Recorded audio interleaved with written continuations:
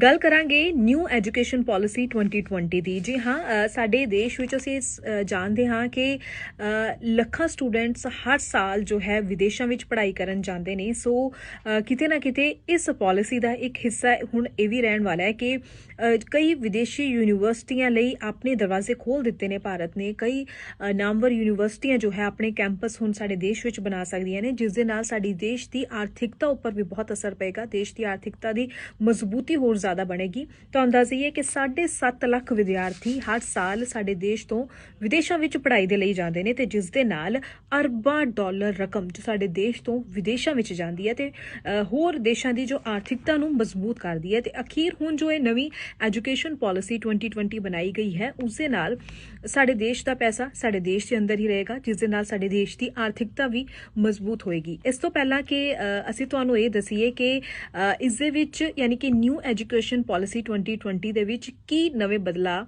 ਕੀਤੇ ਗਏ ਨੇ, ਤਾਂ ਕਿ ਜੋ ਐਜੂਕੇਸ਼ਨ ਪ੍ਰਣਾਲੀ ਹੈ, ਵਿਵਸਥਾ ਹੈ, ਇਸ ਨੂੰ ਹੋਰ ਮਜ਼ਬੂਤ ਬਣਾਇਆ ਜਾ ਸਕੇ ਸਟੂਡੈਂਟਸ ਦੇ ਲਈ, ਤਾਂ ਕਿ ਸਟੂਡੈਂਟਸ ਦਾ ਜ਼ਿਆਦਾ ਤੋਂ ਜ਼ਿਆਦਾ ਫਾਇਦਾ ਮਿਲ ਸਕੇ। ਤਾਂ ਇਸ ਤੋਂ ਪਹਿਲਾਂ ਮੈਂ ਤੁਹਾਨੂੰ ਦੱਸ ਦਿੰਦੀ ਹਾਂ ਕਿ ਸਭ ਤੋਂ ਪਹਿਲਾਂ 1986 ਵਿੱਚ ਜੋ ਸਾਡੀ ਐਜੂਕੇਸ਼ਨ ਪਾਲਿਸੀ ਬਣਾਈ ਗਈ ਸੀ, ਉਸ ਤੋਂ ਬਾਅਦ 1992 ਵਿੱਚ ਕੁਝ ਬਦਲਾਅ ਕੀਤੇ ਗਏ ਸਨ, ਪਰ ਹੁਣ 2015 ਤੋਂ ਇਸ ਨਵੀਂ ਨੀਤੀ ਦੇ ਉੱਪਰ ਕੰਮ ਕੀਤਾ ਜਾ ਰਿਹਾ ਸੀ। ਇਸ ਤਰੀਕੇ ਨਾਲ ਕਮੇਟੀਆਂ ਬਣਾਈਆਂ ਗਈਆਂ ਸੀ। ਸਭ ਤੋਂ ਪਹਿਲਾਂ ਜੋ ਕਮੇਟੀ ਬਣਾਈ ਗਈ ਸੀ TRS ਸੁਬਰਾਮਨੀਅਮ ਦੀ ਅਗਵਾਈ ਵਿੱਚ ਬਣਾਈ ਗਈ ਸੀ, ਜਿਸਨੇ ਕਿ 2016 ਵਿੱਚ ਆਪਣੀ ਰਿਪੋਰਟ ਪੇਸ਼ ਕੀਤੀ ਸੀ। ਉਸ ਤੋਂ ਬਾਅਦ ਇਸਰੋ ਦੇ ਸਾਬਕਾ ਮੁਖੀ ਡਾਕਟਰ ਕੇ ਕਸਤੂਰੀ ਰੰਗਨ ਦੀ ਅਗਵਾਈ ਦੀ ਕਮੇਟੀ ਬਣਾਈ ਗਈ, ਜਿਸਨੇ 31 ਮਈ 2019 ਨੂੰ ਆਪਣੀ ਰਿਪੋਰਟ ਦਿੱਤੀ ਹੈ।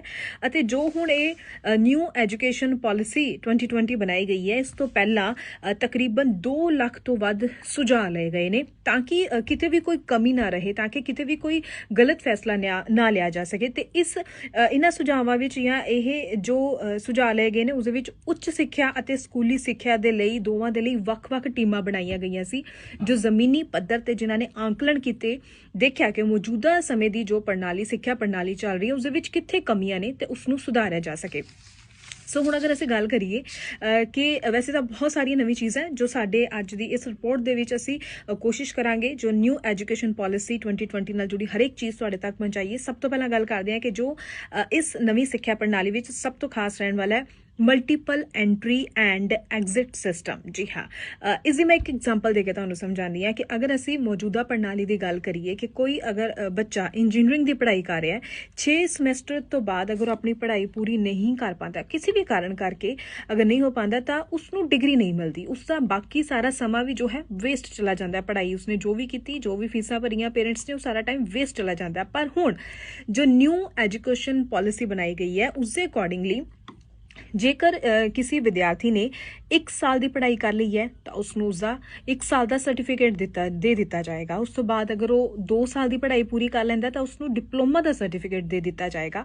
ਉਸ ਤੋਂ ਬਾਅਦ 3 ਤੋਂ 4 ਸਾਲ ਦੀ ਪੜ੍ਹਾਈ ਪੂਰੀ ਕਰ ਲੈਂਦਾ, ਤਾਂ ਉਸਨੂੰ ਡਿਗਰੀ ਦਾ ਜੋ ਹੈ ਉਸਦਾ ਪੂਰਾ ਕੰਪਲੀਟ ਜੋ ਉਸਦਾ ਸਰਟੀਫਿਕੇਟ ਮਿਲ ਜਾਏਗਾ। ਯਾਨੀ ਕਿ ਇਨ ਬਿਟਵੀਨ ਵੀ ਅਗਰ ਕਿਸੇ ਵੀ ਕਾਰਨ ਕਰਕੇ ਅਗਰ ਉਸਦੀ ਪੜ੍ਹਾਈ ਵਿੱਚੋਂ ਛੁੱਟਦੀ ਹੈ 1 ਸਾਲ ਬਾਅਦ, 2 ਸਾਲ ਬਾਅਦ, ਤਾਂ ਉਸਦੀ ਉਹ ਪੜ੍ਹਾਈ ਕੀਤੀ ਹੋਈ ਵੀ ਜਾਂ ਉਹ ਫੀਸਾਂ ਭਰੀਆਂ ਹੋਈਆਂ ਵੀ ਵੇਸਟ ਨਹੀਂ ਜਾਣਗੀਆਂ।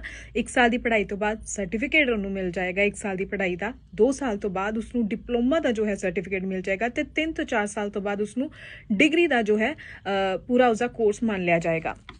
ਇਸ ਤੋਂ ਬਾਅਦ ਅੱਗੇ ਹੋਰ ਇੱਕ ਚੀਜ਼ ਵਧੀਆ ਆ ਜਾਂਦੀ ਹੈ ਕਿ ਅਗਰ ਜੋ ਸਟੂਡੈਂਟਸ ਰਿਸਰਚ ਵਿੱਚ ਜਾਣਾ ਚਾਹੁੰਦੇ ਨੇ, ਜਿਨ੍ਹਾਂ ਦੀ ਤਵੱਜੋ ਹੈ ਕਿ ਅਸੀਂ ਕਿਸੇ ਸਬਜੈਕਟ ਦੇ ਉੱਪਰ ਖਾਸ ਤੌਰ ਤੇ ਰਿਸਰਚ ਕਰਨੀ ਹੈ, ਤਾਂ ਉਹ 4 ਸਾਲ ਦਾ ਡਿਗਰੀ ਪ੍ਰੋਗਰਾਮ ਕਰ ਸਕਦੇ ਨੇ।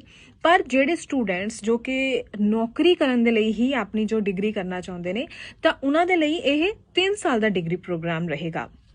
ਸੋ ਇੱਥੇ ਇੱਕ ਚੰਗੀ ਗੱਲ ਜ਼ਰੂਰ ਹੈ, ਤਾਂ ਕਿ ਹਰੇਕ ਸਟੂਡੈਂਟ ਨੂੰ ਆਪਣਾ ਕਲੀਅਰ ਰਹੇਗਾ ਕਿ ਮੈਂ ਕਿਸ ਪਰਪਸ ਦੇ ਲਈ ਆਪਣੀ ਡਿਗਰੀ ਕਰਨਾ ਚਾਹੁੰਦਾ, ਤਾਂ ਉਸ ਹਿਸਾਬ ਦੇ ਨਾਲ ਉਹ ਸਿਲੈਕਟ ਕਰ ਸਕਦੇ ਨੇ। ਤੇ ਰਿਸਰਚ ਵਿੱਚ ਜਾਣ ਵਾਲੇ ਜਿਹੜੇ ਸਟੂਡੈਂਟਸ ਨੇ, ਅਗਰ ਉਹਨਾਂ ਨੇ 1 ਸਾਲ ਦੀ MA ਕੀਤੀ ਹੈ ਤੇ 4 ਸਾਲ ਦੇ ਡਿਗਰੀ ਪ੍ਰੋਗਰਾਮ ਵੀ ਉਹਨਾਂ ਨੇ ਕਰ ਲਿਆ ਹੈ, ਤੇ ਉਹ PhD ਕਰਨਾ ਚਾਹੁੰਦੇ ਨੇ, ਤਾਂ PhD ਕਰਨ ਦੇ ਲਈ ਉਹਨਾਂ ਨੂੰ ਅਲੱਗ ਤੋਂ MPhil ਹੁਣ ਨਹੀਂ ਕਰਨੀ ਪਏਗੀ। 1 ਸਾਲ ਦਾ MA, 1 ਸਾਲ ਦੀ MA ਕੀਤੀ ਹੈ ਤੁਸੀਂ, 4 ਸਾਲ ਦਾ ਡਿਗਰੀ ਪ੍ਰੋਗਰਾਮ ਕੀਤਾ ਹੈ, ਤਾਂ ਤੁਸੀਂ ਸਿੱਧਾ ਹੀ ਹੁਣ ਫਿਰ PhD ਕਰ ਸਕੋਗੇ, ਤੇ ਉਸ ਲਈ MPhil ਨਹੀਂ ਕਰਨੀ ਪਏਗੀ, ਜੋ ਕਿ ਮੌਜੂਦਾ ਐਜੂਕੇਸ਼ਨ ਜੋ ਪ੍ਰਣਾਲੀ ਸਾਡੀ ਸਿੱਖਿਆ ਪ੍ਰਣਾਲੀ ਹੈ, ਉਸਦੇ ਵਿੱਚ ਪਹਿਲਾਂ MPhil ਵੀ ਕਰਨੀ ਪੈਂਦੀ ਹੈ। ਸੋ ਹੁਣ ਉਹ ਚੀਜ਼ ਨਹੀਂ ਰਹੇਗੀ। ਤੇ ਨਾਲ ਦੀ ਨਾਲ ਇਸ ਸਭ ਨੂੰ ਲੈ ਕੇ ਜੋ ਸਰਕਾਰ ਨੇ, ਕੇਂਦਰ ਸਰਕਾਰ ਵੱਲੋਂ ਇਹ ਲਾਗੂ ਕੀਤੀ ਗਈ ਹੈ ਤਾਂ ਸਰਕਾਰ ਦਾ ਹਾਇਰ ਐਜੂਕੇਸ਼ਨ ਦੇ ਵਿੱਚ 2035 ਤੱਕ 50% ਦੀ ਗ੍ਰੋਸ ਐਨਰੋਲਮੈਂਟ ਰੇਸ਼ੋ ਯਾਨੀ GER ਹਾਸਲ ਕਰਨ ਦਾ ਟੀਚਾ ਵੀ ਬਣਾਇਆ ਗਿਆ ਹੈ। ਇਸ ਤੋਂ ਇਲਾਵਾ ਅਗਰ ਆਪਾਂ ਇੱਥੇ ਗੱਲ ਕਰੀਏ ਸਕੂਲੀ ਸਿੱਖਿਆ ਪ੍ਰਣਾਲੀ ਦੀ, ਉਸ ਦੇ ਉੱਪਰ ਵੀ ਬਹੁਤ ਫੋਕਸ ਕੀਤਾ ਗਿਆ ਹੈ ਕਿ ਸਟੂਡੈਂਟਸ ਨੂੰ ਐਕਟਿਵ ਰੱਖਿਆ ਜਾ ਸਕੇ, ਚਾਹੇ ਉਹਨਾਂ ਦੇ ਟੈਲੈਂਟ ਨੂੰ ਲੈ ਕੇ, ਹੁਨਰ ਨੂੰ ਲੈ ਕੇ ਜਾਂ ਉਹਨਾਂ ਦੀ ਫਿਜ਼ੀਕਲ ਐਕਟੀਵਿਟੀਜ਼ ਨੂੰ ਲੈ ਕੇ। ਇਹਨਾਂ ਚੀਜ਼ਾਂ ਉੱਪਰ ਵੀ ਬਹੁਤ ਜ਼ਿਆਦਾ ਧਿਆਨ ਦਿੱਤਾ ਗਿਆ ਹੈ ਹੁਣ ਜੋ ਨਿਊ ਐਜੂਕੇਸ਼ਨ ਪਾਲਿਸੀ ਬਣਾਈ ਗਈ ਹੈ ਉਸ ਦੇ ਅਕੋਰਡਿੰਗਲੀ ਕਿ ਬੱਚੇ ਐਕਟਿਵ ਰਹਿ ਸਕਣ, ਉਹਨਾਂ ਦੀ ਫਿਜ਼ੀਕਲ ਐਕਟੀਵਿਟੀ ਜ਼ਿਆਦਾ ਰਹਿ ਸਕੇ। ਇਸ ਦੇ ਲਈ ਸਕੂਲ ਦੇ ਹਰ ਪੱਧਰ ਤੇ ਵਿਦਿਆਰਥੀਆਂ ਨੂੰ ਫਿਜ਼ੀਕਲ ਐਜੂਕੇਸ਼ਨ ਦਾ ਸਬਜੈਕਟ ਲੈਣਾ ਜ਼ਰੂਰੀ ਹੋਏਗਾ, ਜਿਵੇਂ ਕਿ ਗੇਮਸ, ਯੋਗਾ, ਡਾਂਸ, ਇਸ ਤਰ੍ਹਾਂ ਦੇ ਸਬਜੈਕਟਸ ਨੂੰ ਉਤਸ਼ਾਹਿਤ ਕੀਤਾ ਜਾਵੇਗਾ ਤਾਂ ਕਿ ਸਟੂਡੈਂਟਸ ਜੋ ਫਿਜ਼ੀਕਲੀ ਵੀ ਫਿਟ ਰਹਿਣ, ਵਧੀਆ ਰਹਿਣ ਤੇ ਕਿਸੇ ਨਾ ਕਿਸੇ ਅਜਿਹੇ ਸਬਜੈਕਟ ਵਿੱਚ ਉਹਨਾਂ ਦਾ ਐਨਰੋਲਮੈਂਟ ਰਹੇਗੀ ਤਾਂ ਓਬਵੀਅਸ ਹੈ ਉਹ ਫਿਜ਼ੀਕਲੀ ਫਿਟ ਵੀ ਰਹਿਣਗੇ ਤੇ ਐਕਟਿਵ ਵੀ ਰਹਿਣਗੇ। ਤੇ ਨਾਲ ਦੀ ਨਾਲ ਸਟੂਡੈਂਟਸ ਜੋ ਹੈ ਬਚਪਨ ਤੋਂ ਹੀ ਆਪਣੇ ਹੁਨਰ ਨੂੰ ਪਹਿਚਾਨ ਸਕਣ, ਟੈਲੈਂਟ ਨੂੰ ਪਹਿਚਾਨ ਸਕਣ। ਇਸ ਦੇ ਲਈ ਇਹ ਵੀ ਖਾਸ ਤੌਰ ਤੇ ਹੁਣ ਪਾਇਆ ਗਿਆ ਕਿ 6ਵੀਂ ਜਮਾਤ ਤੋਂ ਬਾਅਦ ਹੀ ਵੋਕੇਸ਼ਨਲ ਕੋਰਸਾਂ ਦੀ ਵੀ ਸ਼ੁਰੂਆਤ ਕੀਤੀ ਗਈ ਹੈ ਤਾਂ ਕਿ ਸਟੂਡੈਂਟਸ ਬਚਪਨ ਤੋਂ ਹੀ 6ਵੀਂ ਕਲਾਸ ਤੋਂ ਬਾਅਦ ਅਗਰ ਬੱਚੇ ਨੂੰ ਸਮਝ ਆਉਣ ਲੱਗਦੀ ਹੈ ਕਿ ਉਸਦਾ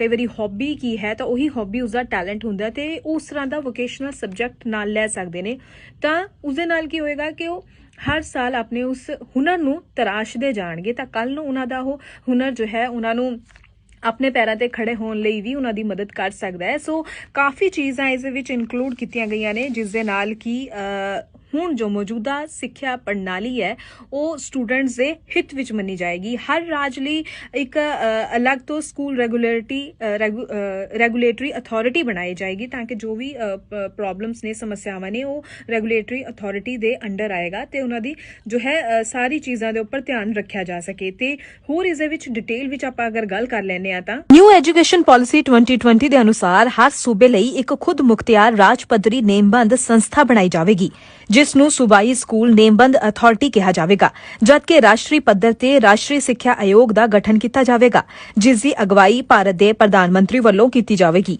ਰਾਸ਼ਟਰੀ ਸਿੱਖਿਆ ਆਯੋਗ ਜਾਂ ਰਾਸ਼ਟਰੀ ਸਿੱਖਿਆ ਕਮਿਸ਼ਨ ਤੇ ਦੇਸ਼ ਵਿੱਚ ਸਿੱਖਿਆ ਢਾਂਚੇ ਨੂੰ ਵਿਕਸਿਤ ਕਰਨ, ਘੜਨ, ਲਾਗੂ ਕਰਨ ਅਤੇ ਸੋਧ ਕਰਨ ਦੀ ਜ਼ਿੰਮੇਵਾਰੀ ਹੋਵੇਗੀ। ਇਸ ਤੋਂ ਇਲਾਵਾ ਸਾਰੇ ਖੇਤਰਾਂ ਵਿੱਚ ਬਿਹਤਰੀਨ ਖੋਜ ਮਤਿਆਂ ਨੂੰ ਫੰਡਿੰਗ ਦੇਣ ਲਈ ਰਾਸ਼ਟਰੀ ਖੋਜ ਫਾਊਂਡੇਸ਼ਨ ਦਾ ਵੀ ਗਠਨ ਕੀਤਾ ਜਾਵੇਗਾ। ਅੱਗੇ ਗੱਲ ਕਰੀਏ ਜੇਕਰ ਸਾਇੰਸ ਅਤੇ ਆਰਟਸ ਵਿਸ਼ਿਆਂ ਦੀ ਮੌਜੂਦਾ ਵਿਵਸਥਾ ਮੁਤਾਬਿਕ ਸਾਇੰਸ ਲੈਣ ਵਾਲੇ ਵਿਦਿਆਰਥੀ ਕੋਲ ਕੋਈ ਖਾਸ ਵਿਕਲਪ ਨਹੀਂ ਹੁੰਦਾ। ਨਵੀਂ ਸਿੱਖਿਆ ਨੀਤੀ ਤਹਿਤ ਇਸ ਪਾੜੇ ਨੂੰ ਘੱਟ ਕਰਨ ਤੇ ਉਚੇਚਾ ਧਿਆਨ ਦਿੱਤਾ ਗਿਆ ਹੈ। ਯੂਨੀਵਰਸਿਟੀਆਂ ਅਤੇ ਉਚੇਰੀ ਸਿੱਖਿਆ ਸੰਸਥਾਵਾਂ ਵਿੱਚ ਦਾਖਲੇ ਲਈ ਕਾਮਨ ਦਾਖਲਾ ਪ੍ਰੀਖਿਆਵਾਂ ਕਰਵਾਈਆਂ ਜਾਣਗੀਆਂ।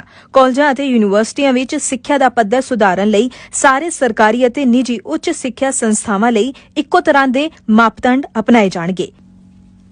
ਸਿੱਖਿਆ ਦੇ ਨਾਲ-ਨਾਲ ਵਿਦਿਆਰਥੀਆਂ ਦੇ ਹੁਨਰ ਦੀ ਪਛਾਣ ਕਰਨ ਲਈ 6ਵੀਂ ਜਮਾਤ ਤੋਂ ਬਾਅਦ ਹੀ ਵੋਕੇਸ਼ਨਲ ਕੋਰਸਾਂ ਦੀ ਸ਼ੁਰੂਆਤ ਕੀਤੀ ਜਾਵੇਗੀ। ਬੋਰਡ ਪ੍ਰੀਖਿਆਵਾਂ ਵਿੱਚ ਵੱਡੇ ਪੱਧਰ ਤੇ ਬਦਲਾਅ ਕੀਤਾ ਜਾਵੇਗਾ ਜਿਸ ਵਿੱਚ ਰਟਨ ਦੀ ਥਾਂ ਤੇ ਗਿਆਨ ਨੂੰ ਤਰਜੀਹ ਦਿੱਤੀ ਜਾਵੇਗੀ। ਵਿਦਿਆਰਥੀ ਦੇ ਰਿਪੋਰਟ ਕਾਰਡ ਵਿੱਚ ਵੀ ਬਦਲਾਅ ਬਾਰੇ ਜਾਣਕਾਰੀ ਦਿੰਦਿਆਂ ਕਿਹਾ ਗਿਆ ਹੈ ਕਿ ਨਵੀਂ ਵਿਵਸਥਾ ਵਿੱਚ 3 ਤਰ੍ਹਾਂ ਨਾਲ ਵਿਦਿਆਰਥੀਆਂ ਦਾ ਮੁਲਾਂਕਣ ਕੀਤਾ ਜਾਵੇਗਾ ਜਿਸ ਤਹਿਤ ਅਧਿਆਪਕ ਵੱਲੋਂ ਮੁਲਾਂਕਣ ਤੋਂ ਇਲਾਵਾ ਬੱਚੇ ਵੱਲੋਂ ਅਤੇ ਉਸਦੇ ਜਮਾਤੀ ਵੱਲੋਂ ਵੀ ਮੁਲਾਂਕਣ ਕੀਤਾ ਜਾਵੇਗਾ। ਅਧਿਆਪਕ ਵੱਲੋਂ ਰਿਪੋਰਟ ਕਾਰਡ ਵਿੱਚ ਵਿਦਿਆਰਥੀ ਦੇ ਨਤੀਜਿਆਂ ਦੇ ਆਧਾਰ ਤੇ ਉਸਦੇ ਕਿਸੇ ਖਾਸ ਵਿਸ਼ੇ ਜਾਂ ਹੁਨਰ ਪ੍ਰਤੀ ਝੁਕਾਅ ਬਾਰੇ ਵੀ ਟਿੱਪਣੀ ਕੀਤੀ ਜਾਵੇਗੀ।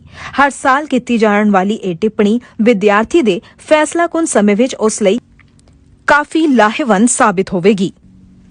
ਪ੍ਰਧਾਨ ਮੰਤਰੀ ਨਰਿੰਦਰ ਮੋਦੀ ਨੇ ਕਿਹਾ ਹੈ ਕਿ ਕੇਂਦਰੀ ਕੈਬਨਿਟ ਵੱਲੋਂ ਪ੍ਰਵਾਨ ਕੀਤੀ ਨਵੀਂ ਸਿੱਖਿਆ ਨੀਤੀ ਦਾ ਸਿੱਖਿਆ ਦੇ ਖੇਤਰ ਵਿੱਚ ਲੰਮੇ ਸਮੇਂ ਤੋਂ ਬਹੁਤ ਇੰਤਜ਼ਾਰ ਕੀਤਾ ਜਾ ਰਿਹਾ ਸੀ ਜੋ ਕਿ ਆਉਣ ਵਾਲੇ ਸਮੇਂ ਲੱਖਾਂ ਲੋਕਾਂ ਦੀ ਜ਼ਿੰਦਗੀ ਨੂੰ ਬਦਲ ਦੇਵੇਗੀ।